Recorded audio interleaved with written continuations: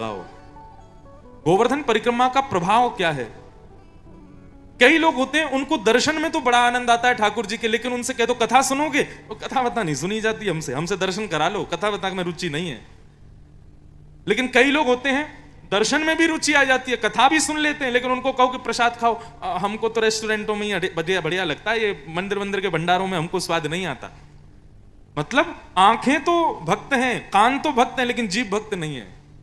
कई लोगों की जीभ भक्त है, उनको मंदिर के प्रसाद बहुत भाते हैं, लेकिन कथा और दर्शन से उनको कोई मतलब नहीं है। मतलब आंख और कान उनके भक्त नहीं है। कई लोग होते हैं उनकी आंखें भी भक्त हैं, कान भी भक्त हैं, जीभ भी भक्त हैं, लेकिन जब कीर्तन हो तो ऐसे बैठ जाते हैं माटी के मथोना, ना गाएंगे ना करताल बजाएंगे, तो मतलब उनके हाथ भक्त नहीं है। कई लोग हैं उनके हाथ भी भक्त हैं, करताल तो बजा लेते हैं, लेकिन पैर भक्त नहीं है, नाचते नहीं है। श्री गोवर्धन की परिक्रमा का प्रभाव यह होता है कि आपकी प्रत्येक इंद्रिय कृष्ण भक्त हो जाएगी। आपके चरणों को नाचने का भी मन करेगा, लेकिन कृष्ण भजन में ही। करताल बजाने का भी, सेवा करने का मन करेगा, लेकिन केवल कृष्ण की। सुनने का मन करेगा केवल कृष्ण संबंधी बातों को, देखने का मन करेगा कृष्ण संबंधी लोगों को। ऐसी स्थिति प्रत्येक इंद्रिय की करने की सामर्थ्य प्रदान करते हैं श्री गोवर्धन नाथ। और एक बात बताएं, जब आपकी प्रत्येक इंद्रिय केवल कृष्ण को पाना चाहे, तब आप क्या कहलाओगे? गोपी। अभी मैंने गो शब्द का अर्थ बताया, क्या बताया था? इंद्रियों का समूह। और इन समस्त इंद्रियों के समूह से जो केवल कृष्ण को पाना चाहते हैं, वही तो गोपी। गोपी गोपी कोई लहंगा फरिया वाली नहीं होती, गोपी कोई स्त्री नहीं होती, गोपी कोई हमारे ब्रज में जन्म लेने वाली कोई महिला नहीं है। गोपी स्त्री का नाम नहीं, गोपी इंसान का नाम नहीं, गोपी कोई मानुष नहीं है। गोपी तो एक भाव का नाम है, वो जिसमें आ जाए वही गोपी है। कहां तक जाओगे? आपके देवादिदेव महादेव शंकर भगवान महादेव हैं, वो देव भी नहीं है, महादेव हैं, लेकिन हमारे ब्रज वृंदावन में वो कैसे बैठे हैं? बोल गोपेश्वर महादेव की।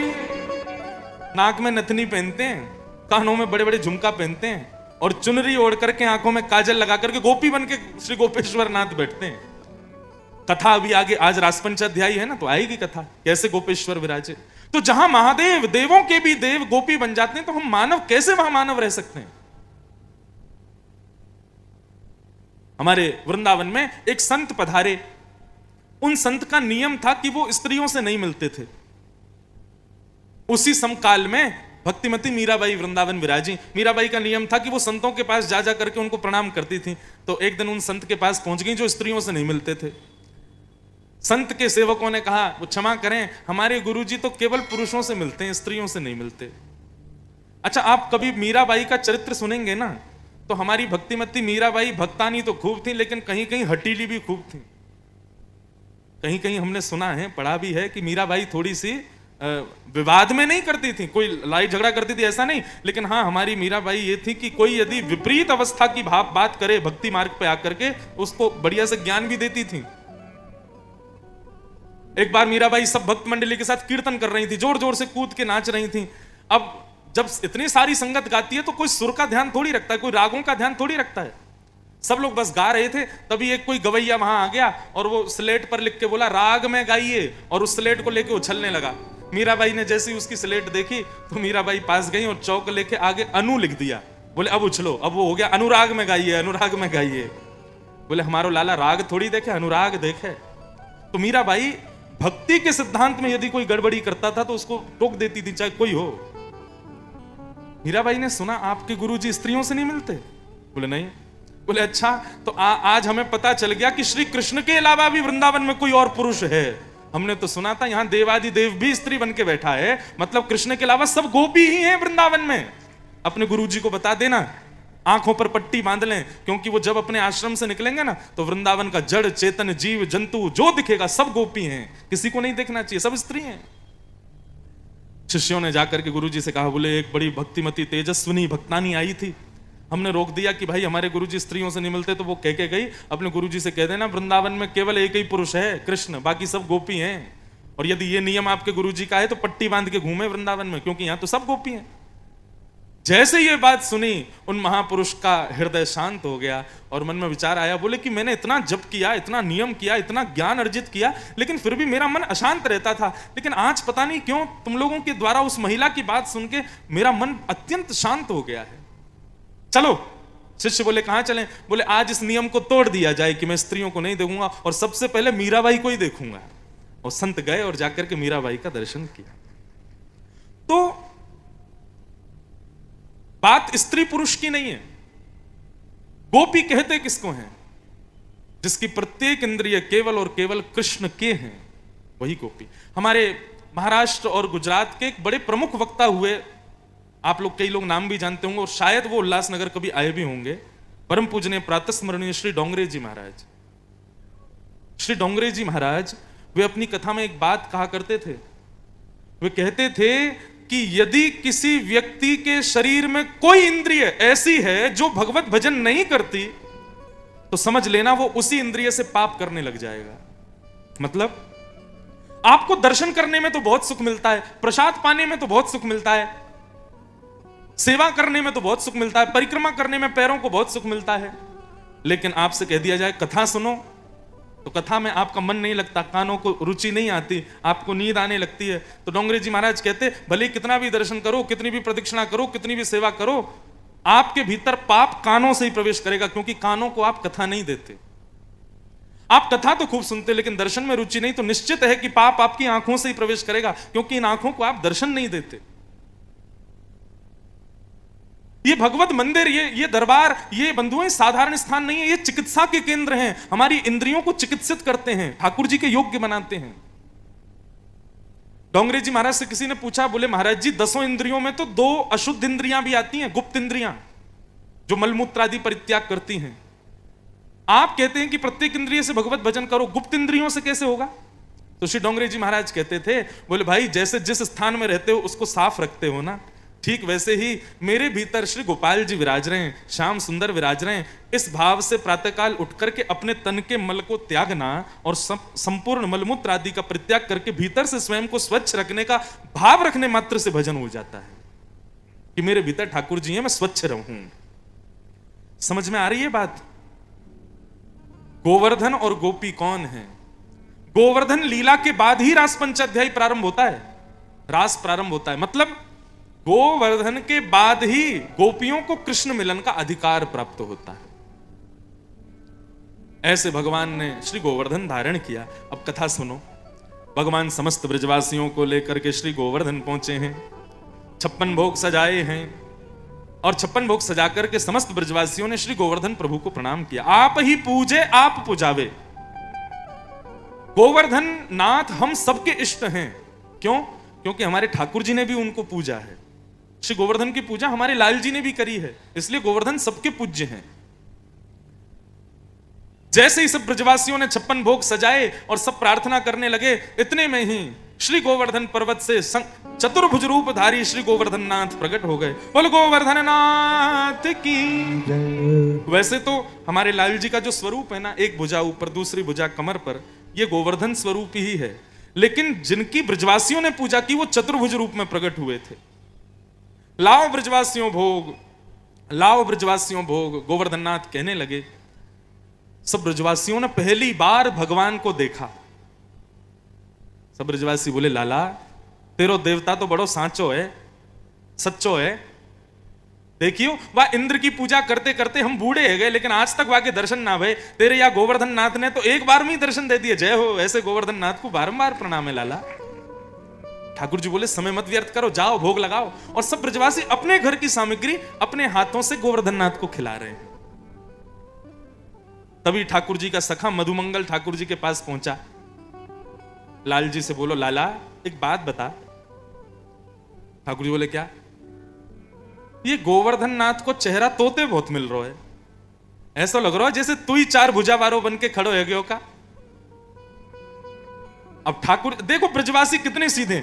ठाकुर जी बोले, अरे तू नहीं जाने कैसे हमारा चेहरा मिलो पता है? बोले कैसे? बोले मैं अपनी गैया चरावे यही पर्वत पे आऊं और मेरी गैया को दूध जा, दूध को मैं पीऊं, वही दूध को ये गोवर्धन नाथ पीवे, तो एक ही गैया को दूध पीवे की वजह से हमारा चेहरा मिले। मधुमंगल बोलो, बाबड़े ऐसी बात बना रहा हो मोते, एक गैया को दूध पीवे तो हमारा मुंह थोड़ी मिला करे। ठाकुर जी बोले देख तेरी बहन ने तेरी मैया को दूध पियो, तूने भी वही मैया को दूध पियो, तुम दोनों उनको चेहरा मिले ना। लाला बात तो तेरी सांची है, लेकिन ऐसे तो फिर बछड़ा भी गैया को दूध पीवे, वाह को चेहरा हमते क्यों ना मिले।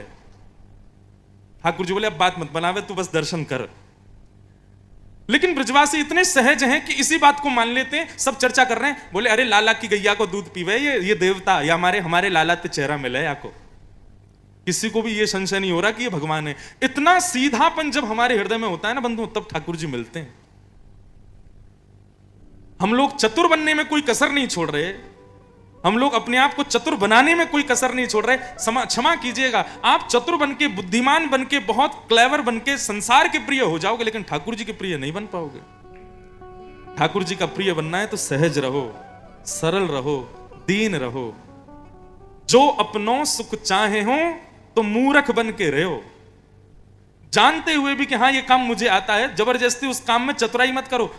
हाथ जोड़ के खड़े रहो, नहीं हमको तो इतना नहीं है। अपने आप को छुपाना सीखो। लोगों के अंदर एक दुर्गुण आ गया है, इसको मैं दुर्गुण ही कहूंगा। कुछ भी हो रहा हो वो सबसे पहले आगे आते हैं, हम करके दिखाएं, हम करके दिखाएं। और वो करके दिखाने का केवल एक ही अभिप्राय होता है कि सब जगह मेरे को क्रेडिट मिल जाए। ये क्रेडिटों से बचो। आपको आता भी हो ना कार्य, तब भी दूसरों को कहो हम तो जानते नहीं, आप बता दो। ऐसा स्वभाव जब हो ना, तब ठाकुर जी को प्रिय लगता है। मैं कथा अपनी कथाओं में सुनाया करता हूं। हमारे वृंदावन में एक भक्त हुआ, उसका नाम था भोंदू। क्या नाम था? भोंदू किसको कहते हैं पता है? जो बेचारा बहुत सीधा हो, सरल हो, सच्चा हो, उसी को भोंदू कहते हैं। तो भोंदू जो था वो एक आश्रम में गौशाला संभालता था, गायों की सेवा करता था। और गायों की सेवा से निवृत्त होकर जिस आश्रम में वो रहता था, उनके गुरुजी शाम को प्रवचन करते थे। भोंदू सबसे पीछे बैठ करके और गुरुजी का प्रवचन सुनता था। एक दिन गुरुजी बता रहे थे कि ठाकुर जी तो गैया चराने के लिए भांडीर वन जाते हैं। अब भोंदू भी गौशाला की गायों को लेके भांडीर वन ही जाता था। तो भोंदू के कान खड़े हो गए, बोले ये गुरुजी क्या कह रहे हैं? ठाकुर जी गैयाओं को चराने भांडीर वन, यमुना जी के, वृंदावन के यमुना जी के उस पार है भांडीर वन। उसके मन में भाव आया कि गुरुजी कह रहे हैं कि भांडीर वन में ठाकुर जी गैया चराते हैं, उसी भांडीर वन में मैं भी जाता हूं, मुझे तो कभी दिखे नहीं। अरे भोंदू तू ही पागल है, ठाकुर जी तो आज भी आते होंगे, तेरी दृष्टि नहीं है, तू देख ही नहीं पाया। कोई बात नहीं, गुरुजी बता रहे हैं तो सच में ठाकुर जी आते ही होंगे, कल देखूंगा, ठाकुर जी को ढूंढूंगा कहां आते हैं। अब वो बेचारा इतना सीधा, उसके मन में एक बार भी ये भाव नहीं आया कि गुरुजी कथा 5000 वर्ष पुरानी सुना रहे हैं। उसको लगा आज भी ठाकुर जी आते ही होंगे। और भोंदू आज फिर पहुंच गया गैयाओं को लेके, और मन में विचार करने लगा ठाकुर जी यहीं कहीं चरा रहे होंगे, ठाकुर जी की गैया यहीं घूम रही होगी। नीचे ब्रजरज में गौर से देखने लगा, कहीं ठाकुर जी के चरण चिन्ह दिख जाएं तो मैं लाल जी से आज मिल लूंगा। बंधु, इतनी सरलता, इतनी सहजता, इतना सीधा वो भोंदू कि उसका भाव ठाकुर जी को भा गया। और वो भोंदू एक वृक्ष के नीचे बैठा था, मन में विचार कर रहा था, बार बार देख रहा था कि ठाकुर जी यहीं कहीं वन में घूम रहे होंगे। इतने में ही असंख्य गायों का झुंड सामने से आता हुआ दिखाई दिया, और उस झुंड के मध्य में सांवरे सलोने त्रिभंग लली पीतांबरी पहने हुए श्री राधा रमण लाल उसकी ओर आ रहे हैं। ये सत्य घटना है, ज्यादा नहीं 100 वर्ष पुरानी होगी हमारे वृंदावन की। उसके नेत्रों में आंसू आ गए, कितने प्यारे हैं ठाकुर जी। तम गोरज छुरित कुंतल बद्दवरहा। आहा, ये श्लोक भागवत का इतना सुंदर है, इसका अर्थ क्या है पता है? बहुत ध्यान से सुनना। ठाकुर जी जब गैया चराते हैं ना, सब लोग इधर देखो, बहुत ध्यान से सुनो।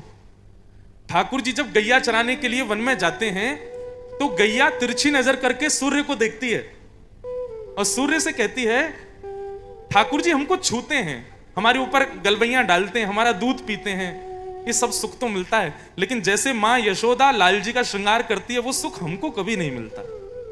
हे सूर्य नारायण कुछ कृपा करो ना। तो सूर्य क्या करते हैं, बादलों की ओट से बाहर आ जाते हैं और स्वयं को इतना गर्म करते हैं कि ठाकुर जी को पसीना आने लग जाता है। और जैसे ही ठाकुर जी के मुखमंडल पर प्रश्वेत के बिंदु आते हैं, पसीने के बिंदु छोटे छोटे आ जाते हैं, तो चारों तरफ चल रही गाय वो जोर जोर से ब्रजरज में कूदने लग जाती है और ब्रजरज एक बवंडर सा बनकर के खड़ा हो जाता है। बीच में ठाकुर जी हैं, चारों तरफ ब्रजरज है, और जैसे ही वो ब्रजरज शांत होती है तो गायों के खुरों से उड़ने वाली धूल ठाकुर जी के उन प्रश्वेत के बिंदुओं से जाके लग करके ठाकुर जी का श्रृंगार कर देती है। आपने अभी हमारे लाल जी का भी होता है, तो अभी श्रृंगार अगर आपने देखा हो तो ठाकुर जी का एक श्रृंगार होता है, एक बिंदी बिंदी बिंदी बिंदी बिंदी ऐसे घूम के फिर यहां आके ऐसे गोल लगती है। इसको बोलते हैं पत्रावली का श्रृंगार। क्या कहते हैं? ये ठाकुर जी को बहुत प्रिय है। आप सब भी अपने घर में रोज चंदन घिसो, और चंदन घिस करके छोटी सी कोई एक ऐसी सीख हो जिससे ठाकुर जी को लगे ना, और उससे ऐसे बिंदी बिंदी बिंदी लगा करके ऐसे ठाकुर जी का, ये पत्रावली का श्रृंगार, ये पत्रावली का श्रृंगार गायों ने किया ठाकुर जी का। आज जैसे ही गोपाल जी लौट करके नंद भवन आए और मैया ने देखा ऐसी छोटी छोटी ब्रजरज की बिंदी लगी हैं, और लाल जी इतने प्यारे लग रहे हैं, इतने प्यारे लग रहे हैं कि रोज तो यशोदा मैया जब ठाकुर जी गैया चरा के आते हैं तो मुंह धुलाती है ठाकुर जी का और अपनी साड़ी से पहुंचती है, लेकिन आज मैया ने ठाकुर जी का मुंह ही नहीं पहुंचा। बोले इतना प्यारो लग रहा है मेरो लाला। और अगले दिन से मैया चंदन घिस करके ठाकुर जी का श्रृंगार करती है। तो ये ठाकुर जी को अति प्रिय श्रृंगार है। आज भोंदू बैठा था और ठाकुर जी उसी श्रृंगार में से निकल के आ रहे हैं। छोटे छोटे छोटे छोटे बिंदु लगे हैं और उन पर ब्रजरज लगी है। जैसे ही भगवान समीप पहुंचे, चरणों में प्रणाम करके बोला, आप वही हो ना जिनके बारे में हमारे गुरुजी सुनाते हैं?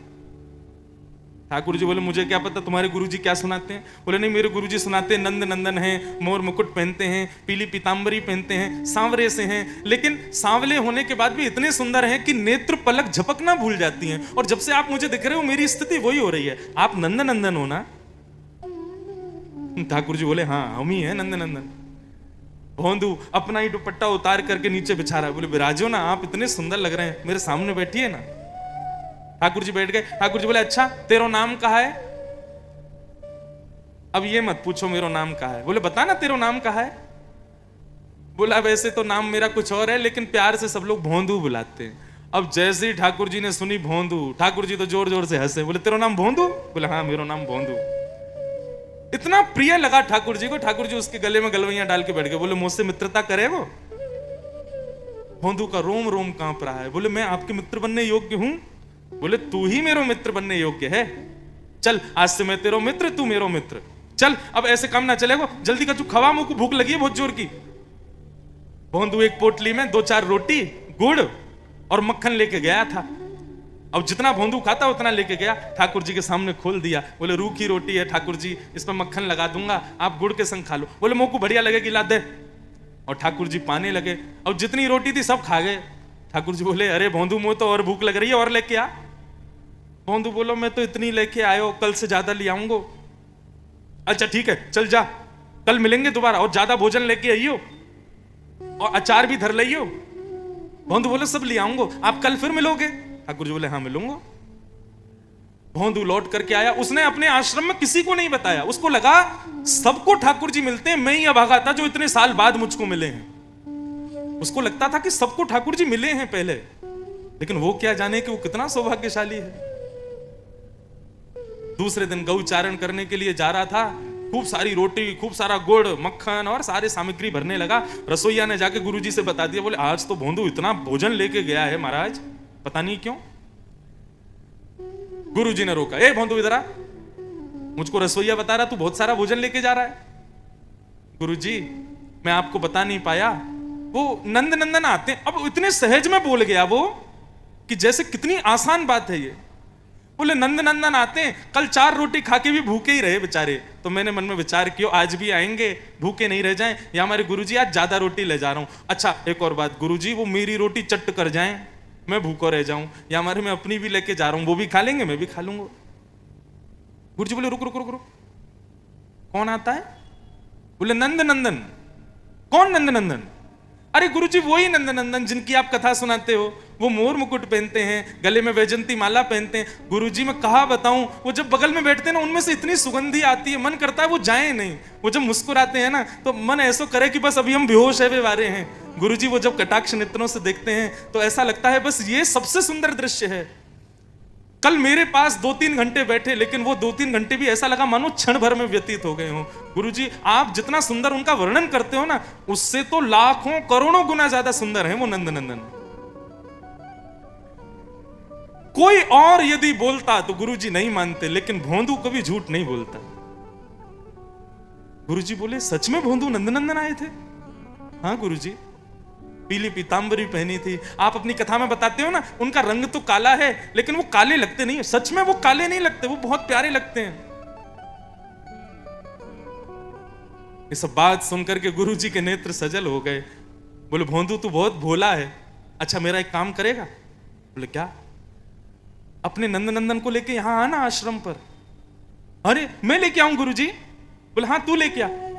गुरुजी आपके आश्रम में इतने सारे बालक हैं, आप किसी से नहीं बोल रहे, मुझसे ही बोल रहे हो।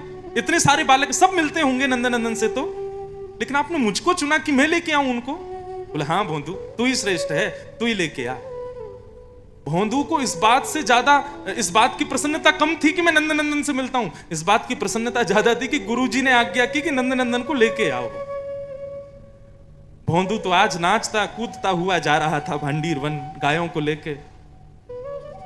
जैसे ही भांडीर वन पहुंचा, श्याम सुंदर पधारे, दंडवत प्रणाम किया। जैसे ही विराजे, ठाकुर जी बोले भोंदू जल्दी खोल, भूख लगी है मोकू। अरे कल तेरे हाथ की रोटी मक्खन और गुड़ खा के मैं तो आनंद है गयो, जल्दी खिला। भोंदू पोटली खोलता जा रहा है, रोटियां सजाता जा रहा है और बार बार कहे ठाकुर जी एक बात कहूं, मेरी बात मानोगे? बोले बता। आप मेरे सखा हो ना? बोले हाँ। मेरे साथ मेरे आश्रम चलोगे मेरे गुरुजी से मिलने के लिए? ठाकुर जी रोटी उठाते जाएं, मक्खन रखते जाएं, गुड़ रखते जाएं, कोई उत्तर नहीं दें। भोंदू बोला ठाकुर जी बताओ ना, चलोगे ना आश्रम? मेरे गुरुजी ने मुझको चुना, बताओ। इतने अच्छे अच्छे बालक उनके पास, किसी से नहीं बोले, मुझसे बोले तू लेके आ ठाकुर जी को। आप चलोगे ना? ठाकुर जी रोटी खाते जा रहे हैं और सोचते जा रहे हैं। बोले बताओ ना नंदनंदन, चलोगे ना? बोले देख तू हमारो सखा है और हम तेरे सखा हैं, या गुरुजी है बीच में मतलब है। हम तेरे गुरुजी से नहीं मिलेंगे, हम बस तो से मिलेंगे, तू हमारो सखा है। और ये आइंदा कभी गुरुजी की बात मत करियो मुंह से, मैं बस तेरो सखा हूं। भोंदू को आया गुस्सा। बोले खबरदार, जो हमारे गुरुजी के बारे में कुछ बोला तो आपने, मैं तो आपको जानता ही नहीं था, मुझे तो पता ही नहीं था आप कौन हो। मेरे गुरुजी ने बताया, मैंने तो आपको कभी देखा नहीं, मेरे गुरुजी ने प्रवचन में सुनाया, और आप आज गुरुजी के बारे में ऐसे कह रहे हो। अरे नहीं जाना तो बिल्कुल मत जाओ, लेकिन हमारे गुरुजी को कुछ गलत मत बोलो। ठाकुर जी बोले हाँ बहुत देखे तेरे जैसे गुरुजी, और तू हमारा सखा है, बस तेरे गुरुजी से हमारा कोई लेना देना नहीं। भोंदू थोड़ी देर तो शांत रहा, थोड़ी देर बाद बोला लाओ ये रोटी भी दो, ये भी गुरुजी ने बनाई है, ये भी मत खाओ। और सुनो, जो हमारे गुरुजी का नहीं वो हमारा नहीं, आज से आम 500 साल की कुट्टी। जाओ और कल से यहां गैया लेके मत आना अपनी। ठाकुर जी से बोल रहा है, आप कहीं और गैया चराने जाया करो, यहां पे मत आया करो, ये मेरा स्थान है। हमारे गुरुजी से प्रेम नहीं करोगे तो हम भी आपके नहीं है। ठाकुर जी बोले रोटी तो पूरी खान दे। बोले नहीं मिलेगी, ये भी गुरुजी की है। और सारी पोटली वोटली बांधी और अपनी गायों को इकट्ठा किया और बोले आज के बाद नहीं मिलूंगा आपसे, मैं जा रहा हूं, और यदि मुझसे मिलना है तो चलो मेरे गुरुजी के पास, नहीं जाना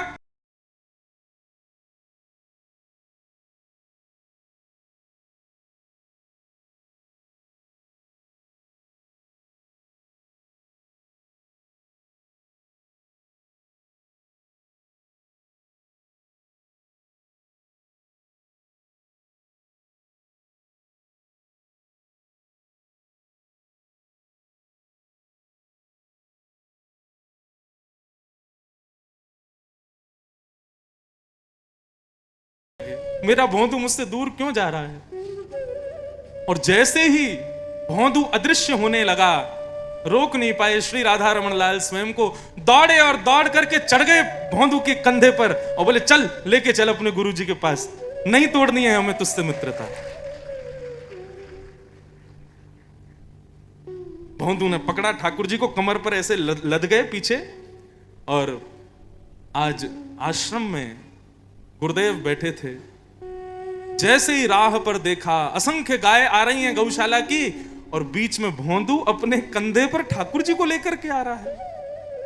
ये देखकर के गुरुजी मूर्छित हो गए, और जैसे तैसे जल का छिड़काव करके जब होश आया तो क्या पाया, सामने भोंदू खड़ा है और भोंदू के कंधे पर ठाकुर जी लदे हुए हैं। ये दृश्य देख करके गुरुदेव ने भोंदू के चरण पकड़ लिए, बोले हमने इतना ज्ञान इकट्ठा किया, इतने विद्वान बन गए, इतने बड़े आश्रम के महंत बन गए, आज तक कभी ठाकुर जी का दर्शन नहीं कर पाए। धन्य है भोंदू, सामान्य गायों की सेवा करता है, तेरे सहज भाव पर ठाकुर जी इतने रीझ गए कि तुझे सखा बना लिया। आप बहुत ज्ञानी बन जाओ, ठाकुर जी नहीं मिलेंगे। आप बहुत तपस्वी बन जाओ, नहीं मिलेंगे। बहुत वैरागी बन जाओ, त्यागी बन जाओ, ठाकुर जी प्रसन्न नहीं होंगे। लेकिन आप दीन हो जाओ, ठाकुर जी अपना सर्वस्व आप पर लुटा देंगे। हमें ज्ञानी नहीं बनना है, हमें ज्यादा पदवियां, ज्यादा ऊंचे सिंहासन पर, कहने में तो अतिशयोक्ति है, लेकिन मैं व्यासपीठ पर बैठा हूं, यह भी एक प्रकार से भगवत मिलन में बाधा है, क्योंकि मैंने सम्मान का स्थान ग्रहण किया। हो सकता है आप लोगों को ज्यादा कृपा कर दें, ठाकुर जी मुझ पे नहीं करेंगे। इसलिए भैया दीन बनो, सरल बनो, सहज बनो, ज्यादा चतुराई मत लाओ अपने भीतर। ठाकुर जी को चतुर लोग प्रिय नहीं है, जो दीन है, जो सहज है, वो ठाकुर जी को प्राणों से भी प्यारा है। और मैंने आज कथा के प्रारंभ में ही कहा, इसको बड़ाई के रूप में मत लेना, कहीं अहंकार ना आ जाए आप में। आप लोग दीन हो, आप लोग सच में बहुत सरल हो। इस सरलता को और श्रेष्ठ करो।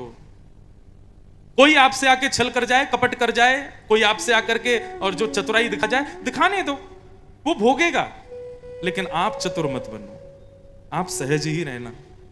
ठाकुर जी को वो सरलता, सहजता प्रिय है। हमारे ब्रज से ठाकुर जी का प्रेम केवल इसी गुण की वजह से, क्योंकि ब्रजवासी बड़े सरल हैं, ब्रजवासी बहुत सीधे हैं।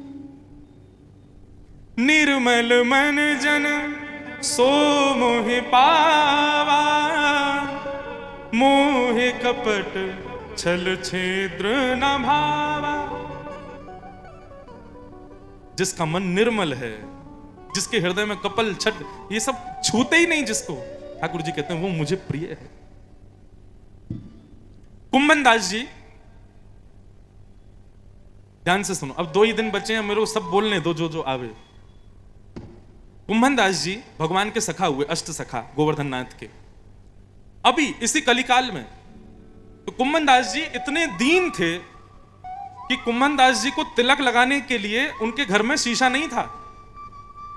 कुंभन दास जी एक कठौते में, कठौता समय कटोरा जैसा एक कठौता लकड़ी का, उसमें जल भर के और उसमें अपनी परछाई देख करके तिलक लगाते थे। इतने दीन थे, उनके घर में शीशा नहीं था।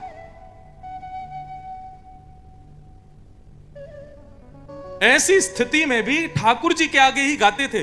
कोई और कह देता ना कि कुंभन दास जी आपका गला बहुत मीठा है, कुछ गा के सुनाओ। कुंभन दास जी बोले तेरे लैया थोड़ी है, मेरे ठाकुर जी के लैया हैं, तो को थोड़ी सुनाऊंगा। एक बार ठाकुर जी उनकी गोद में बैठ करके खेल रहे थे और कुंभन दास जी को एक पद सुना रहे थे। इतने में ही एक बहुत बड़ा राजा अपनी आधी संपत्ति दान करने के लिए कुंभन दास जी के पास आ गया। कुंभन दास जी की कुटिया में जैसे ही राजा ने प्रवेश किया, सो ठाकुर जी वहां से अंतर ध्यान हो गए, ठाकुर जी वहां से गायब हो गए। सामने राजा खड़ा है अपनी आधी संपत्ति लेके, और कुंभन दास जी अभी तो यहीं बैठे, कहां चले गए? लाल जी अभी तो आप यहीं बैठे, कहां चले गए? अरे राजा, मेरे लाल जी अभी मेरी गोदी में बैठे, कहां चले गए? ठाकुर जी को खोजने लगे। राजा ने प्रणाम किया, बोले महाराज आपकी इस भक्त वत्सलता पर, आपकी इस दीनता पर मुझे बड़ी प्रसन्नता है, मैं अपनी आधी संपत्ति आपको देना चाहता हूं। कुंभन दास जी बोले भैया मैं बहुत संपन्न हूं, मुझ पर इतना धन है, इतना धन है कि मैं तेरे जैसे 100 राजा खरीद सकता हूं, मुझे जरूरत नहीं है। ये जो धन है ना तुम्हारा, किसी दीन इनको दे देना। जबकि कुंभन दास जी के यहाँ सुबह यदि भोजन बनता था तो शाम को पाने के लिए रोटी नहीं होती थी। ऐसी स्थिति में भी उस राजा को बोले मैं तो बहुत संपन्न हूं, मुझे जरूरत नहीं, चलो जा। खूब प्रार्थना करने के बाद भी उसकी संपत्ति नहीं ली। राजा जैसे ही लौट करके गया, ठाकुर जी फिर से प्रकट हो गए। ठाकुर जी थोड़ी पे हाथ रख के बोले कुंभना, उस राजा को मैंने ही भेजा था, क्योंकि मुझे पता है मेरे कुंभना के घर में रोटी नहीं होती, मेरे कुंभना के घर में शीशा भी नहीं है, मेरे कुंभन दास के घर में सोने के लिए बिस्तर नहीं है, इसलिए मैंने राजा को कृपा करके ऐसा आदेश किया कि तुम जाओ। और तूने उसको वापस कर दिया, क्यों? कुंभन दास जी का उत्तर कितना सहज। कुंभन दास जी बोले ठाकुर जी यदि मैं राजा की संपत्ति ले लेता तो आप दोबारा मेरी गोद में पूछने नहीं आते कि तूने क्यों नहीं लिया, आप चले जाते। आप दोबारा मेरी गोद में आकर के बैठ गए, क्यों? क्योंकि आपको लगा कि इसने लिया क्यों नहीं। नाथ, रही बात संपत्ति की, तो मेरी सबसे बड़ी संपत्ति तो आप हो, मेरी सबसे बड़ी संपत्ति तो आपका भजन है, मैं इसके आगे और क्या मांगूं। ऐसी सरलता ठाकुर जी को प्रिय है बंधुओं, ऐसी दीनता ठाकुर जी को बहुत भाती है। इसलिए प्रार्थना है मेरी, दीन रहो, सदा झुक करके रहो, जितना हो सके सहज रहो, ज्यादा छल कपट चतुराई में मत रहो, ठाकुर जी को प्रिय नहीं। हाँ, यदि आप संसार के प्रिय बनना चाहते हो, आप चाहते हो कि 100 लोग आपकी बड़ाई करें, प्रशंसा करें, आपकी वाहवाही करें, जय जयकार करें, तो फिर खूब चतुर बनो, खूब छल करो, कपट करो। लेकिन चाहते हो कि संसार के लोग हमको मूर्ख समझें, ठाकुर जी हमारी प्रशंसा करें, तो दीन हो जाओ। 56 भोग लगाए ब्रजवासियों ने, तभी वहां नारद जी महाराज आए और कुछ सामग्री ले जा करके उन्होंने इंद्र को खिलाई। इंद्र बोला, बड़ी बढ़िया सामग्री कहां से लाए महाराज? नारद जी बोले, तुम्हारी पूजा बंद हो गई है ना, वो सब ब्रजवासी अब कृष्ण की पूजा कर रहे हैं, तो उसी के 56 भोग बन रहे, तो मैंने सोचा तुमको भी खिलाऊं। इंद्र बोला, मेरी पूजा बंद हो गई? बोला हाँ, वो नन्हे से कन्हैया ने एक और रूप धारण कर लिया गोवर्धन का और अपनी पूजा करवा रहा है। इंद्र बोला, इन ब्रजवासियों की इतनी हिम्मत, अभी बताता हूं। सांबर्तक मेघमालाओं को आज्ञा की। सांबर्तक मेघ किसे कहते हैं? जब पृथ्वी पर प्रलय आना होता है तब सांबर्तक ऋतु आती है। सांबर्तक ऋतु का मतलब है कि एक क्षण भर की बारिश में पूरी पृथ्वी जलमग्न हो जाएगी। उन ऋतुओं को आज्ञा की, जाओ जाकर के ब्रजमंडल पर इतनी वर्षा करो कि ब्रज का अस्तित्व खत्म हो जाए। वृंदावन कहां है, गोवर्धन कहां है, ये 84 कोस ब्रजमंडल कहां है, भूल जाए सब लोग। मेरी पूजा बंद की, इनको परिणाम भोगना पड़ेगा। गड़गड़ गड़गड़ गड़गड़ करके बादलों ने आकर के पूरे ब्रजमंडल को घेर लिया, आकाश में बिजली कड़कने लगी। ब्रजवासी बोले, लाला हमको जिस बात का डर था वही हो गया, इंद्र नाराज हो गया। ठाकुर जी बोले, अविश्वास नहीं, जिनकी शरण में आए हो उन पर पूर्ण विश्वास करो, वो तुम्हारी रक्षा करेंगे। प्रार्थना करो श्री गोवर्धन नाथ। तलेटी